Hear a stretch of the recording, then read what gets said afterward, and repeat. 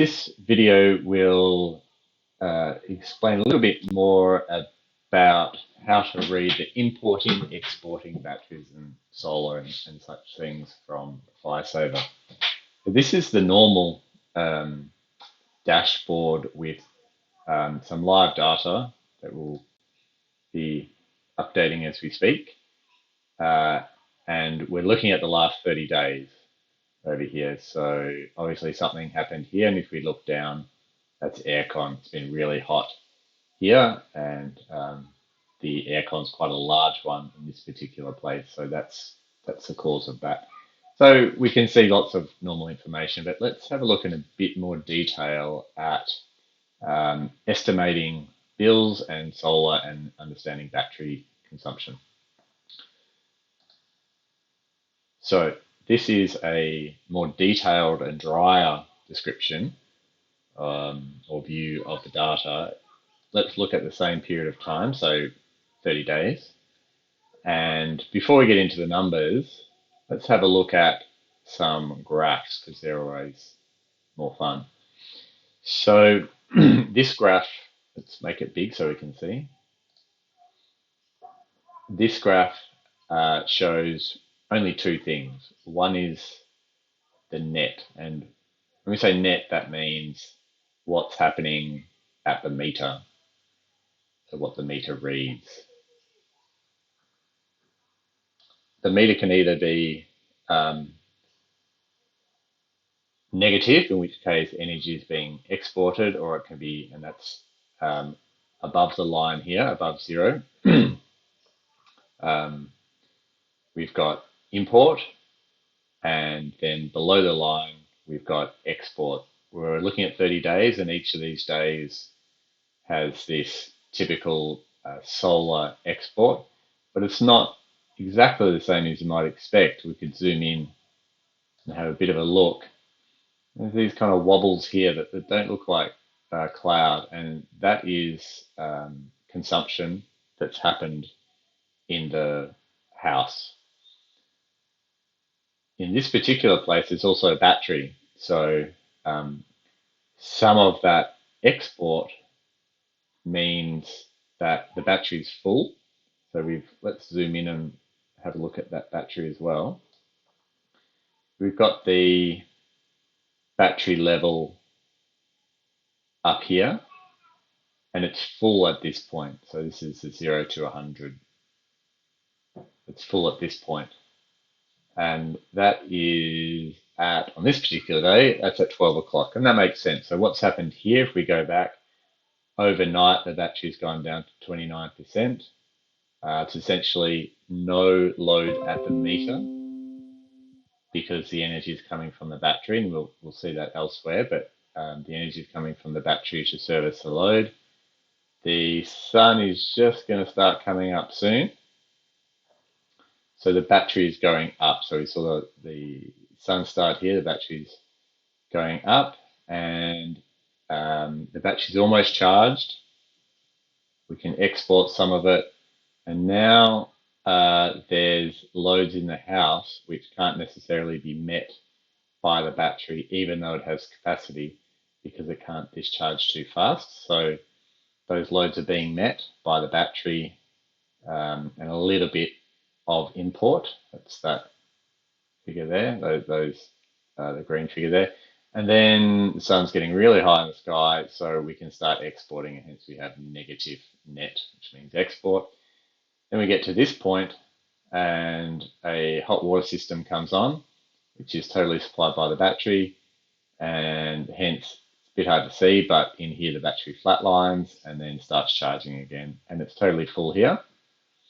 And so from now on, all this energy is exported until we get to here where the sun's gone down about 6 o'clock, totally down, and the battery starts kicking in and using the energy within the house, and so there's no import.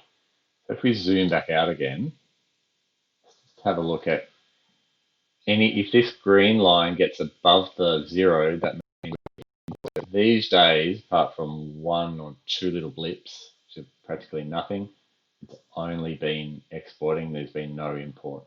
Then when that air conditioner came on this particular day, 1, 2, 3 days, exporting, then importing, exporting, then importing, because the battery ran out. So it had to import overnight.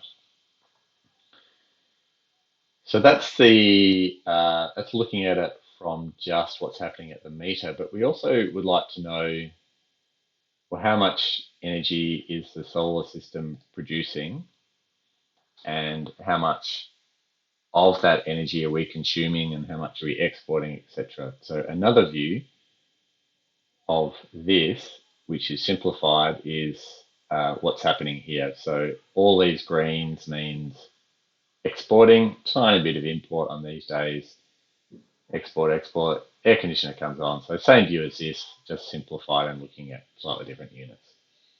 So if we combine all those over the selected period, and let's look at the totals, we can say the total consumption over those 30 days is this many kilowatt hours. So 30 days, so we expect that's about 10 kilowatt hours per day, 12 kilowatt hours, which is just broken down into this daily average one. But let's stick with the totals. Over that same period, there was, compared to how much was consumed, 3 times as much was produced. There's a tiny bit imported. Obviously, that there's an energy balance, and that energy from the PV and the battery has to go somewhere, and that is exported. So overall, we see this much was the difference between the import and the export. So if we do some sums on all of that, we find out that the total consumption, let's have a look at that, that was 374, and that's broken down. If you add up those two numbers, that's 374, and the consumption is either from the grid, this one, pretty low, or from the solar and battery system. And it's important to note that in a situation with a battery, it's you can really consider the battery system coupled to the solar system. So that's all one system. Solar, battery, wind, hydro, whatever. It all gets wrapped up into one thing that's called production. So whether the house is consuming the energy at night via the battery, the original production source of it was solar, not the grid. So this comes from solar during the day, battery during night, and that's really nice because we don't have to worry about what exactly the battery is doing. We just say it's part of a system, and that renewable system provides this much energy, or 88% of our consumption. Obviously, this is the 12%. If we want to look at that per day, and often bills break it down per day, we can see that we have expect to be charged 2 kilowatt hours per day, and we expect to be credited 19 kilowatt hours per day. This can be confusing, that number is not how bills work. Bills break it down into import and export. But this number is nice because if this number is negative, then overall that's the net zero number. So in this case, we're miles into net zero, which is great. And these are just daily figures. So it's good to check if we look at production. This is about right for the size of the array. And this can always be reduced. The 12 is actually pretty good. It's kind of a two-story house. It's got a bit of aircon that's rarely used, so that figure looks about right. And finally, if we want to cross-check against our bill, which is only an estimate, so it won't be exactly right, and you can't use it to challenge your bill or anything, but it's good to kind of double-check against. The way this works is there's it's simplified, but there's 3 charges in a bill. There's a network charge, which is dollars a day. So in this case, it's just $1 a day. You can change that if you want. We've got 30 days, so that seems to make sense. We've got the import, which is this figure multiplied by the import rate, and the export, which is credited, so it's negative, and that's the export rate. So if you add all those up, it's basically multiplying these figures by those figures. You add them all up. For this period, 30 days, you get minus $17. And this is nice because you can say, well, what if I went with a different provider that had really expensive network charges? Not great. If I went with a provider that didn't have network charges, well, this is great. Can I get a credit? Let's put it back to what we had. And there's always a balance between import and export. We expect import not to make a big difference. So even if we had to pay heaps for import, it doesn't change much because we don't import much.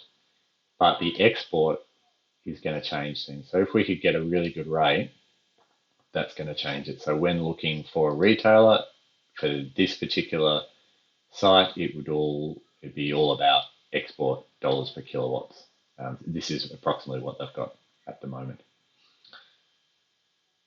Okay, and that's it.